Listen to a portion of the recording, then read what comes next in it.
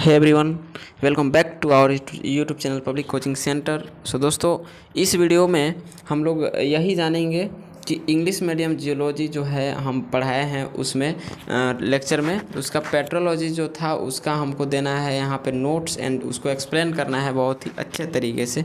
इसका part 1 video जो था हिंदी मीडियम में था जो कि अपलोडेड हो चुका है एक दिन पहले। आप उसे नहीं देखे हैं तो आप उसे जाकर देख लेंगे, ठीक है। और इस वीडियो में हम लोग बहुत ही बेहतर करने वाले हैं। सो मेरा समझाने का तरीका रहेगा हिंदी। अगर आप इस टॉपिक्स को अगर आप नोट्स यानी कि क्वेश्चन आंसर के मामले में अगर आप ये वीडियो देख रहे हैं तो आप इसे देख सकते हैं। एंड अगर आपको बेहतर समझना है तो डिस्क्रिप्शन बॉक्स में आपको लिंक मिल जाएगा, ठीक है ना। 1-2 लिंक मिल जाएगा जिस पर आप क्लिक करके सारे वीडियोज़ को देख सकते हैं वहाँ से, और आप फुल एक्सप्लेनेशन इसका समझ सकते हैं। क्योंकि आप इंग्लिश मीडियम ले लेते हैं बट आपको हिंदी में भी समझने में तकलीफ़ होती है तो आप इंग्लिश में कैसे समझ सकते हैं, ठीक है। यहाँ पे 2 से 5% ही ऐसे स्टूडेंट्स होंगे जो कि इंग्लिश टू इंग्लिश समझ पा रहे होंगे। तो मेरा जो मैक्सिमम प्रयास रहता है हिंदी मीडियम में, एंड आपको लिखा हुआ यहाँ पर मिलेगा टोटली इंग्लिश मीडियम में, ठीक है। सो पेट्रोलॉजी दोस्तों क्या होता है, पेट्रोलॉजी, व्हाट इज़ पेट्रोलॉजी। तो पेट्रोलॉजी आज से नहीं 3 दिन पहले से 10 दिन पहले से हम लोग चल रहे हैं। पेट्रोलॉजी का पहले हिंदी भी बताना पड़ेगा, इसमें हमको पता है। तो इसका मतलब होता है सैलिकी होता है। क्या होता है दोस्तों? सैलिकी। तो a group of different types of minerals is called rock. समझ में आ गया? क्या बोलेंगे कि डिफरेंट टाइप्स के अगर हम लोग मिनरल्स को पढ़ेंगे और उसका एक ग्रुप रहेगा उसे हम लोग रॉक कहते हैं। रॉक मीन्स दोस्तों चट्टान होता है। A group of different types of minerals is called rocks, ठीक है। और अब देखिएगा यही रॉक्स का अगर स्टडी करेंगे तो यही पेट्रोलॉजी कहलाता है। The surface of the earth is made up of rocks, मतलब कि पूरे भूपृष्ठ जो बना हुआ है रॉक से। हम अगर पता है ये वीडियो मैं डबल शूट कर रहा हूँ बिकॉज हिंदी मीडियम का वीडियो अभी जस्ट ही शूट करके उसका अपलोड किया हूँ, तो हमें ऐसा लग रहा है ना कि एक ही चीज़ों को बार बार पढ़ रहे हैं, ठीक है। उसके बाद the study of these rocks is called geology. समझ पा रहे हैं ना? मतलब इसी रॉक्स के बारे में अगर हम फुल्ली अगर एक्सप्लेन करें, फुल अगर स्टडी करें तो उसे हम लोग जियोलॉजी, किसको जियोलॉजी, यहाँ पे सॉरी जियोलॉजी नहीं होगा दोस्तों, यहाँ पे हो जाएगा आपका पेट्रोलॉजी। क्या हो जाएगा? पेट्रोलॉजी, मतलब पेट्रोलॉजी ये कहलाता है, ठीक है। चलिए उसके बाद यहाँ पे अब हम लोग बात कर लेते हैं इन द साइंस, मतलब in this science the types of rocks, their conditions and of presence, origin, geological processes and the relationship of each other, मतलब एक दूसरे के बीच क्या संबंध है, क्या जियोलॉजिकल फंक्शन है, क्या मतलब प्रोसेस है, ठीक है ना। और कंडीशनल जो प्रेजेंस है, किस प्रकार की उसकी उपस्थिति है, कितने प्रकार के उनके टाइप्स हैं, ये सारी चीज़ों के बारे में हम लोग पढ़ेंगे इन साइंस में। इस वीडियो में नहीं दिया, बता दें इन दिस वीडियो नहीं, इन दिस साइंस, मतलब ई पेट्रोलॉजी के अंतर्गत हम लोग इन चीज़ों का स्टडी करते हैं। With the scientific history of the land are studied, मतलब कि साइंटिफिक हम लोग यहाँ पे हिस्टोरिकल तरीके से भी इसमें हम बात करेंगे बहुत ही बेहतर तरीके से, ओके। नेक्स्ट आप देख सकते हैं कि the study of rocks fragments is called petrography. समझ रहे हैं ना? ये सारा चीज़ एक्सप्लेन किया हुआ है। The study of the origin of rocks is called पेट्रोजेनेसिस, मतलब उत्पत्ति होता है तो उस मतलब पेट्रोलॉजी को हम लोग क्या बोलते हैं? पेट्रोजेनेसिस। And the chemical study of rocks is called petrochemistry. कि अगर हम लोग सेल रसायन की अगर बात करें उसका स्टडी करेंगे तो हम लोग बोल सकते हैं पेट्रोकेमिस्ट्री। इंग्लिश मीडियम वाले ज़रा नोट्स कर लेंगे। मैं आपको बता दूं कि अगर आपको ये नोट्स चाहिए व्हाट्सअप में, टेलीग्राम में, जो भी चीज़ों में, तो आप हमें SMS कर सकते हैं एंड 9693298601 पे आप हमें कॉन्टैक्ट कर सकते हैं, ठीक है। एंड इसके लिए जो भी ऐसे अगर आप फ्री में इसे प्राप्त करना चाहते हैं तो ये आपका वीडियो ही काफ़ी है। एंड अगर आपको नोट्स चाहिए तो आपको पे करना पड़ेगा, जो कि आपको बताया जाएगा व्हाट्सएप पे, ठीक है। उसके बाद पेट्रोकेमिस्ट्री हो गया। उसके बाद there may not be any opinion about the origin of the earth, मतलब यहाँ पे ओपिनियन वाला वो वाला आ गया कि मतलब कि जिस प्रकार से हम ये नहीं कह सकते हैं, जैसे देखिएगा यहाँ पे कि origin of the earth, but there is no doubt that the earth has come from the liquid state to solid state, मतलब कि लिक्विड से सॉलिड में आया हुआ है। ये हम लोग मानना पड़ेगा, ठीक है ना। जियोलॉजी मनवा कर ही मानेगा, ये सारी चीज़ें हैं।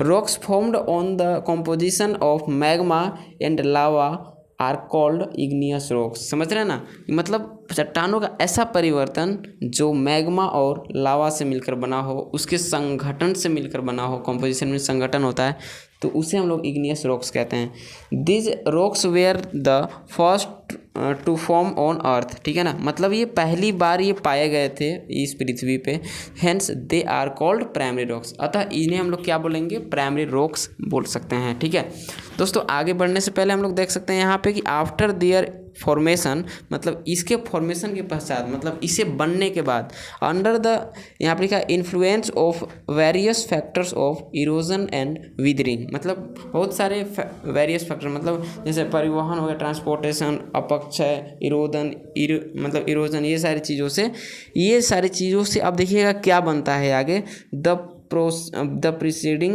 rocks fragments and decompose into smaller particles में ये टूट जाते हैं, and solutions are different sizes, मतलब इसका जो बिलियन होता है छोटे छोटे साइजों में बन जाते हैं।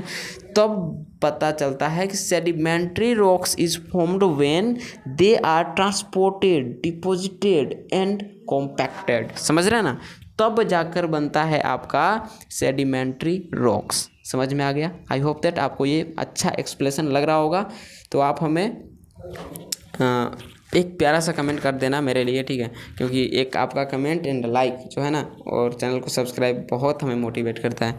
सिमिलरली द प्रीसीडिंग, ठीक है ना, rocks get changed under the influence of heat and pressure, मतलब जो जो चीज़ें हुई यहाँ पे पिछले जो भी था, मतलब जैसे पूर्ववर्ती जो चट्टानें थी ना, उस प्रकार से हीट एंड प्रेशर की वजह से अब देखिएगा उसमें कुछ चेंज आ जाएगा, मतलब चेंज हो जाएगा वो, ठीक है ना।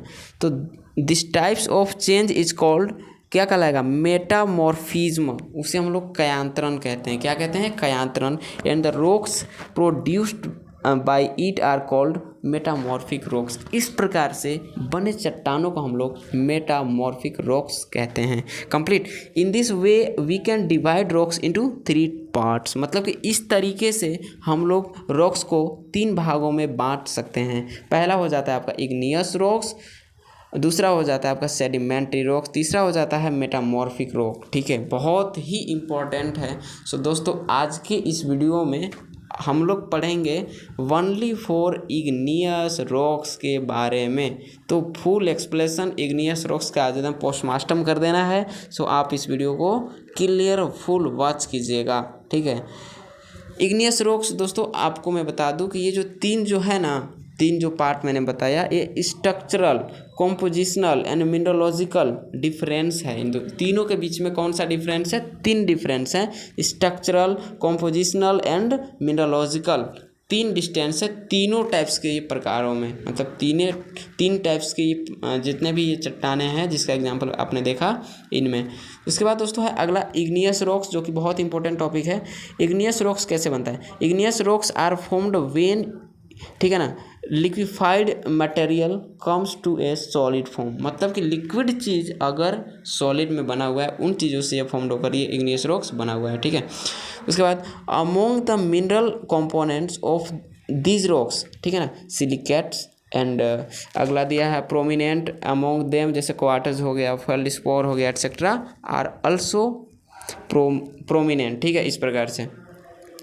अगला है the rocks that the formed from magma deep inside the earth surface are called igneous rocks. ये देखिएगा, आपको मैं बता दूं, अभी तक आपने इग्नियस रॉक्स का जो भी डिफाइन किया, उसे डिफाइन किया जिस तरीके से, सबसे बेहतर जो है ना आपका ये वाला आपका बन जाता है कि the rocks that are formed from magma deep inside the earth, मतलब पृथ्वी के नीचे जो भी मैग्मा था उससे बना हुआ है, एंड बाहर जो भी था लावा उससे बना हुआ है।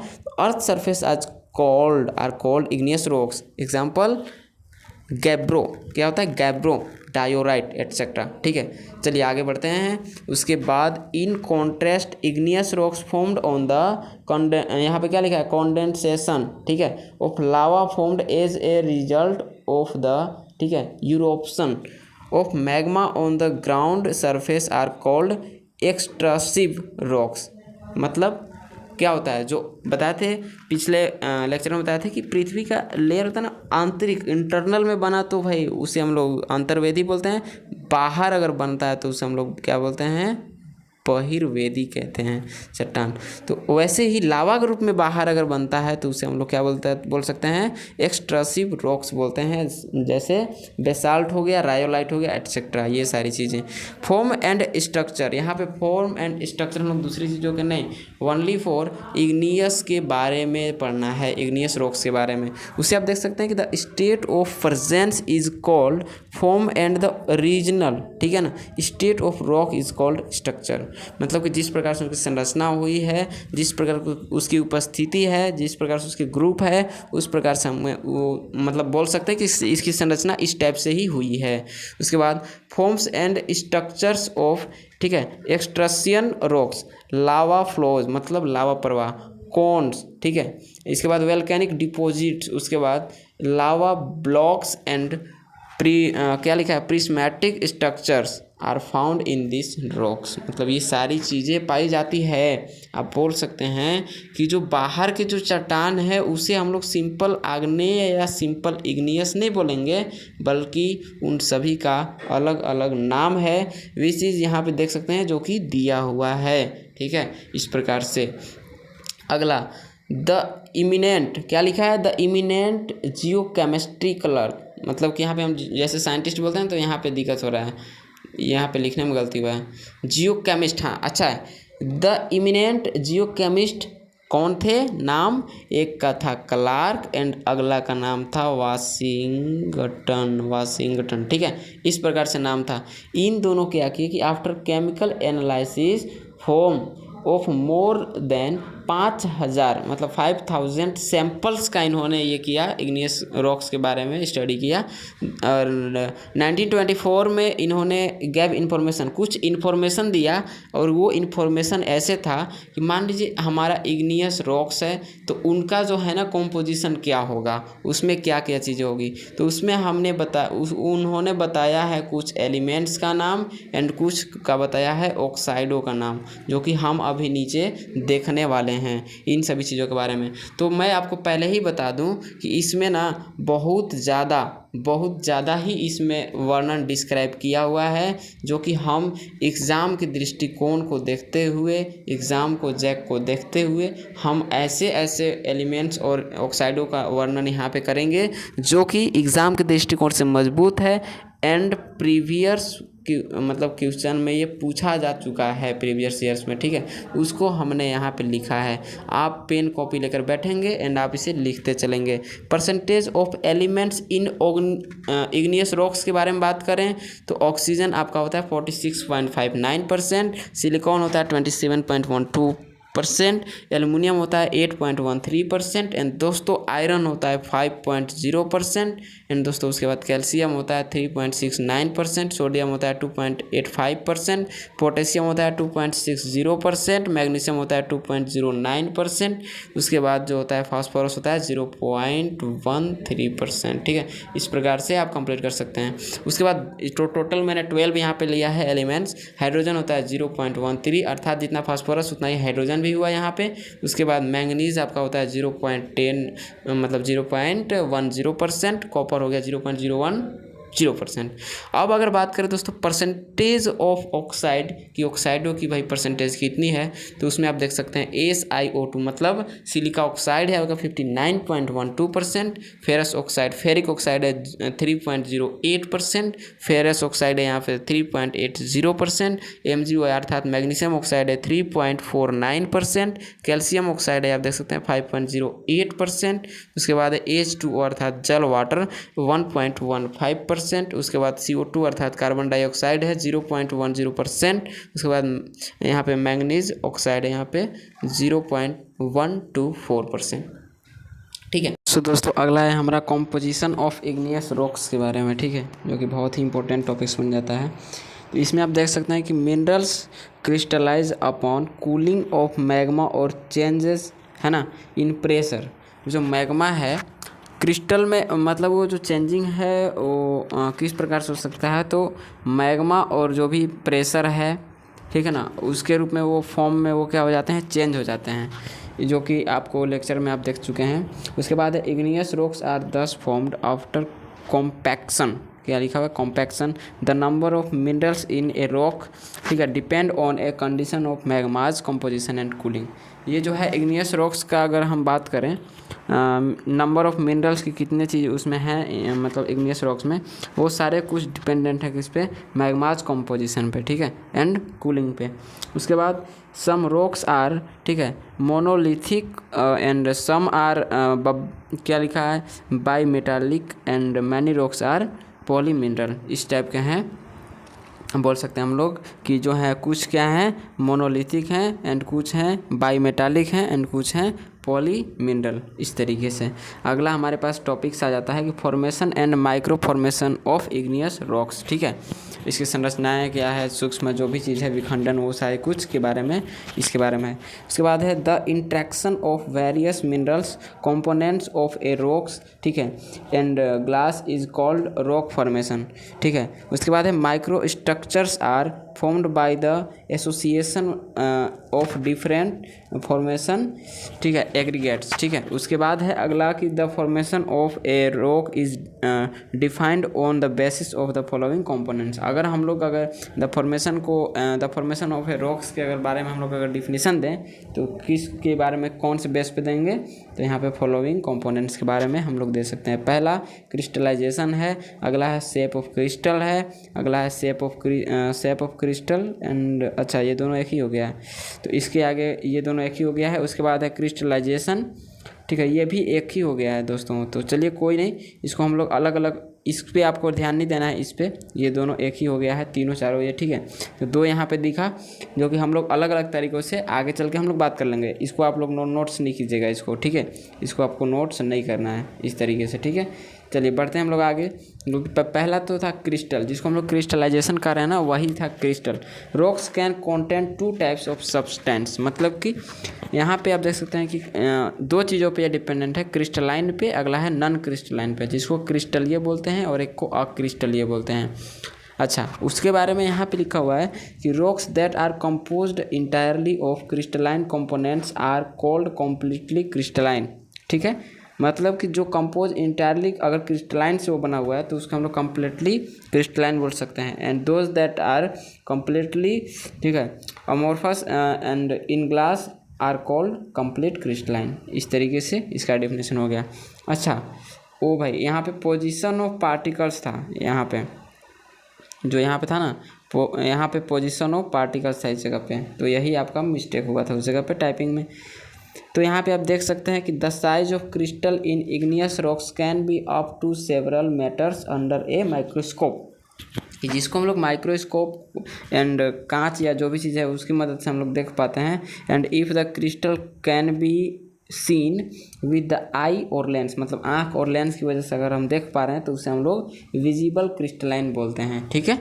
उसके बाद आगे है if the crystal can not be seen with the help of eye और lens then it is called invisible crystal, मतलब कि जिसको हम लोग आई और लेंस की वजह से देख सकते हैं उसे हम लोग विजिबल क्रिस्टलाइन बोलेंगे, एंड जिसे हम लोग नहीं देख सकते हैं उसे इनविजिबल क्रिस्टलाइन बोल सकते हैं, ठीक है।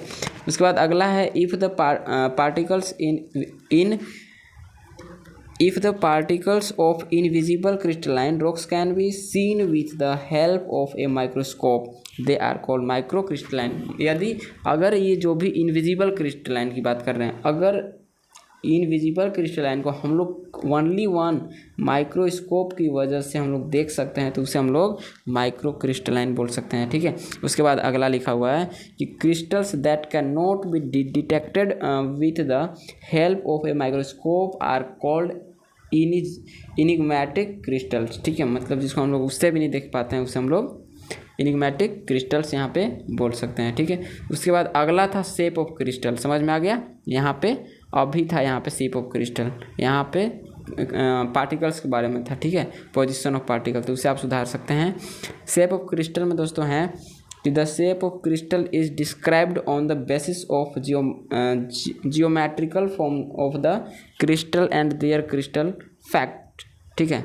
उसके बाद द नेम्स एरियोमेट्रिक फ्लैट जैसे हो गया यहाँ पे, 1 मिनट, फ्लैट हो गया, लीफलेट हो गया, स्फेरिकल हो गया, शॉर्ट हो गया, मतलब जैसे कि है ना, क्रिस्टल्स को हम लोग आकार के नाम देते हैं, आकार में कि क्रिस्टल का एक आकार होता है, तो आकार को हम लोग इस तरीके से बोल सकते हैं कि द नाम जो हो गया एरियोमेट्रिक हो गया, फ्लैट हो गया, लीफलेट हो गया एंड स्फेरिकल हो गया, शॉर्ट प्रिज्मिक हो गया, लॉन्ग प्रिज्मिक हो गया, etcetera are used for various geometric form में हम लोग इन नामों को इस्तेमाल हम लोग कर सकते हैं, इन नामों को, ठीक है। चलिए उसके बाद दोस्तों हम लोग बढ़ते हैं आगे, जो कि था इंटर रिलेशन ऑफ क्रिस्टल, जो 4 नंबर पे आप देख पा रहे होंगे यहाँ पे क्रिस्टलाइजेशन नहीं था, यहाँ पे था इंटर रिलेशनशिप ऑफ, यहाँ पे इसके बीच में क्रिस्टल्स के बारे में, ठीक है। तो चलिए इसके बारे में थोड़ा सा देख लेते हैं, जो कि बहुत ही छोटा सा टॉपिक है। On the basis of the relationship between different crystals the following main types of formation of igneous rocks have been determined, मतलब नीचे दिख रहा है। पहला हो गया आपको आइसोमेट्रिक फॉर्मेशन एंड अगला है आइसीमेट्रिक फॉर्मेशन, अगला है ल्यूकस यहाँ पे फॉर्मेशन, अगला है क्या इंटर पोलेटेड फॉर्मेशन, अगला है यहाँ पे 4 है टोटल, ठीक है। तो इसके बारे में हम लोग अगर आइसोमॉर्फिक के बारे में अगर हम लोग बात करें, केवल इसको आइसोमॉर्फिक के बारे में, तो इसे ही हम लोग आइसोमॉर्फिक भी बोल सकते हैं। एंड इसी के बारे में केवल हमने यहाँ पे डिफाइन किया है कि if all the minerals of the rocks are of equal size, माने साइज बराबर हो, then the formation of that साहिल, यहाँ पे ये गलत है, नाम नहीं होगा, ठीक है ना, that is said to be isoformic, ऐसे हो जाएगा, ठीक है।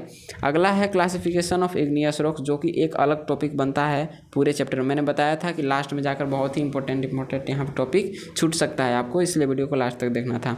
अभी भी वीडियो को बीच में ना छोड़िएगा, नहीं तो फिर दिक्कत हो जाएगा। तो क्लासिफिकेशन ऑफ इग्नियस रॉक्स में आप देख सकते हैं, the classification of igneous rocks is a complex question, मतलब कि एक जटिल प्रश्न बन जाता है हमारे सामने। Different scientist have presented different classification of different purpose, मतलब अलग अलग तरीक़ों से सब ने यहाँ पे दिखाने का प्रयास किया है कि हम लोग इस तरीके से इग्नियस रॉक्स का क्लासिफिकेशन कर सकते हैं। उसके बाद the classification has been done on the following basis, मतलब निम्नलिखित बेसिस पर किया गया है क्लासिफिकेशन। जो पहला है आपका हो गया केमिकल कॉम्पोजिशन, मतलब कि रासायनिक संगठन के बारे में, मिनरल खनिजगी के बारे में, जियोलॉजिकल ऑर्गेनाइजेशन, ठीक है। उसके बाद है कंपेनियन शिप के बारे में, ठीक है, जिसको हम लोग साहचर्य बोलते हैं। तो इस प्रकार से यहाँ पे किया गया है। एंड अगला हम लोग दोस्तों बात कर लेते हैं यहाँ पे कि in the context of chemical classification of igneous rocks the name of Cross Iddings हो गया, पियर्सन एंड वाशिंगटन। दोस्तों ये नाम है एक प्रकार से, आप कंफ्यूज नहीं होंगे। क्रॉस एक जियोलॉजिकल जो कि जियोलॉजिस्ट थे उनका नाम है, इडिंग्स जो भी नाम है, पियर्सन एक नाम है, वाशिंगटन नाम है, जो कि पीछे भी आप लोगों ने देखा था, नोटेबल। तो ये नाम आपको लिखा गया है किसे, CIPW, जो कि अभी आगे आपको मिल जाएगा देखने को। उसके बाद लिखा है कि they calculated the standard mineral community from chemical composition basis on the principles of mineral composition. This standard is called CIPW। इन्हें हम लोग क्या बोलते हैं, CIPW। दैट मीन्स कि यहाँ C मीन्स हो गया आपका क्रॉस, आइस हो गया एडिंग्स, P से पियर्सन हो गया, W से वाशिंगटन हो गया, बेस्ड ऑन देयर नेम्स, मतलब कि इनके नाम पे ये बेस्ड हैं, ठीक है। अगला एक टॉपिक बनता है जो कि अपने खुद का एक टॉपिक है, standard minerals are divided into 2 class. जो स्टैंडर्ड जो मिनरल्स होते हैं 2 भागों में डिवाइडेड हैं। पहले को बोलते हैं सैलिक मिनरल्स, अगला को बोलते हैं फेमिक, मतलब फेमिक मिनरल्स, ठीक है ना, आप पहले भी देखे थे। तो इसमें आपका सैलिक में आ जाता है क्वार्टज, इसमें आ जाता है अर्थोक्लाइज, उसमें आ जाता है एल्बाइट, एंड इसी में आ जाता है मेरा एनाथाइट, एंड आगे भी अभी होगा इसमें ल्यूसाइट हो गया, नेफिलिन हो गया, उसके बाद इसमें हो गया कोरंडम, अगला हो गया जीरकन, ठीक है, इस तरीके से। एंड अगर हम लोग अम्फेमिक में अगर बात करें दोस्तों तो आ जाएगा डाइऑक्साइड नहीं बोल रहे हैं, डाइऑक्साइड बोल रहे हैं, ठीक है, हाइपरस्थीन, एंड उसके बाद आ गया ओलिविन, यहाँ पे इजरीन, इस प्रकार से। अगला हो गया आपका मैग्नेटाइट, ठीक है, इमेनाइट, और यहाँ पे हो गया हेमेटाइट, उसके बाद हो गया एपीटाइप। अच्छा, उसके बाद लिखा है rocks are classified on the basis of proportion of क्या लिखा है, सेलिक्लाइड, ठीक है, ऑफेमिक मिनरल्स इन देम। तो जो ऊपर लिखा गया है वो इसके पर मतलब ये इसके आधार पर ये बनाया गया है। उसके बाद some of the major volcanic rocks, मतलब कि जो ज्वालामुखी है जो जिस प्रकार से इनकी संरचना है उस प्रकार से। दोस्तों मैं एक चीज़ बता दूं, आपको आवाज़ में थोड़ा प्रॉब्लम लग रहा होगा, थोड़ा सा प्रॉब्लम हो गया हमें, तो उससे आप करेंगे इग्नोर। जो चीज़ लिखा हुआ है उस पर आपको थोड़ा ध्यान देना है, ठीक है। अगला है among the volcanic rock rhyolite. आपसे अगर कोई पूछे कि वॉल्केनिक रॉक्स का कोई एग्जांपल दो तो आप रायोलाइट एग्जांपल दे सकते हैं। डेसाई एक हो सकता है, उसके बाद ट्रैकाइट भी हो सकता है, एंडेसाइट हो जाएगा, बेसाल्ट हो जाएगा, ठीक है। एंड अगला बात हो जाएगा फोनाल फेल्काइट हो सकता है। इस तरीके से etcetera are the major rocks which are volcanic rocks, ठीक है। अगला हो गया यहाँ पे ओरिजिन ऑफ इग्नियस रॉक्स, मतलब इसका जो ओरिजिन है किस प्रकार से होता है। तो 2 question are important in the context of the origin of igneous rocks के बारे में, मतलब दो एक बहुत बड़ी क्वेश्चन आ जाती है। सबसे पहला क्वेश्चन है आपके पास कि sources of igneous rocks, how did the 2 types of primary magma arise. मतलब कि जैसे मान लीजिए प्राइमरी जो भी मैग्मा आपको दिखते हैं 2 प्रकार के, तो वो कहाँ कैसे बने हैं, ठीक है। पहला क्वेश्चन ये जो कि बहुत ही डिफिकल्ट होता है, इसका आंसर अगर मैं सच बोलूँ ना तो इम्पॉसिबल है देना, हम लोग नहीं कर सकते हैं, ठीक है, इम्पॉसिबल है। उसके बाद दोस्तों बात करें सेकंड क्वेश्चन की, how did many types of igneous rocks arise from only 2 types of primary magma. इसका भी मुश्किल है, बट हाँ दूसरा का आंसर किस हद तक सही हो सकता है। आगे यहाँ पे आंसर मैंने देने का प्रयास किया है। The answer to the first question is complicated है पहला का देना, is not at completely resolve, मतलब कि इसे क्लियरिटी के साथ कभी भी सॉल्व नहीं किया गया है। Therefore it is not possible to solve it here, मतलब यहाँ पे हम लोग इसे शोध नहीं कर सकते हैं, मतलब सॉल्व नहीं कर सकते हैं, ठीक है। दोस्तों अगला दिया है in the context of second question a clear क्राना, ठीक है, has been made of basis in laboratory studied on their field discussion. ये जितने भी हमारे जियोलॉजिस्ट थे तुम लोग फील्ड वर्क करके, फील्ड डिस्कशंस करके एंड जो भी लेबोरेटरी में जो भी चीज़ किए हैं उसके हिसाब से वो क्वेश्चन का आंसर दे पाए हैं।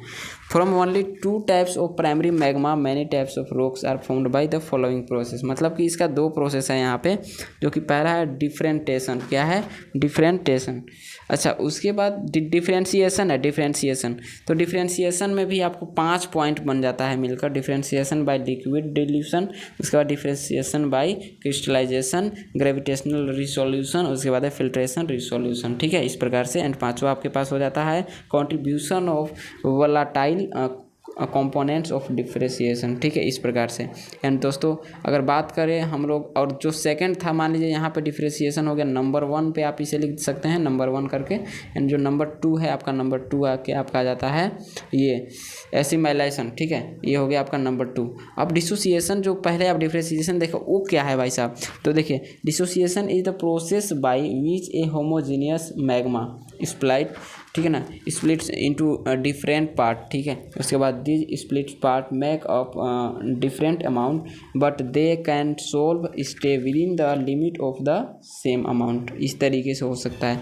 उसके बाद एसिमिलेशन हम लोग किसे बोल सकते हैं कि by assimilation various rocks material are, ठीक है ना, इनकॉर्पोरेटेड इनटू सॉलिड और मैग्मेटिक फॉर्म, ठीक है। इसके बाद in this way a new types of magma emerges, ठीक है। In this divided magma various types of rocks are formed by, and यहाँ पे लिख सकते हैं by the action of crystallization and differentiation. इस प्रकार से आपका जो है इग्नियस रॉक्स का टोटल चैप्टर आपका होता है ख़त्म। आई होप दैट बहुत अच्छा वीडियो लगा होगा। एंड यहाँ पे देखिए मैंने क्या लिखा है, स्पेशल आप लोगों के वास्ते कि आप लोग इसे ज़रूर मानोगे। You can contact me on WhatsApp and Telegram आपके लिए अवेलेबल होगा 9693298601, Instagram AMTKUMAR.351। Thank you all of you, आप लोग बहुत अच्छे से पढ़ाई कर रहे हैं मुझे पता है, एंड वीडियो को भी फॉलो कर रहे हैं, ठीक है। तो इस तरीके से आपका ये हुआ इग्नियस रॉक्स का चैप्टर ख़त्म। एंड मुझे पूरा विश्वास है कि आप अगले अपने दोस्तों के पास शेयर करेंगे।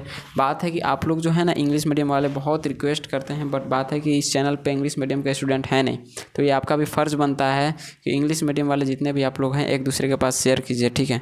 थैंक यू सो मच, मिलते हैं किसी नए वीडियो में, तब तक के लिए जय हिंद।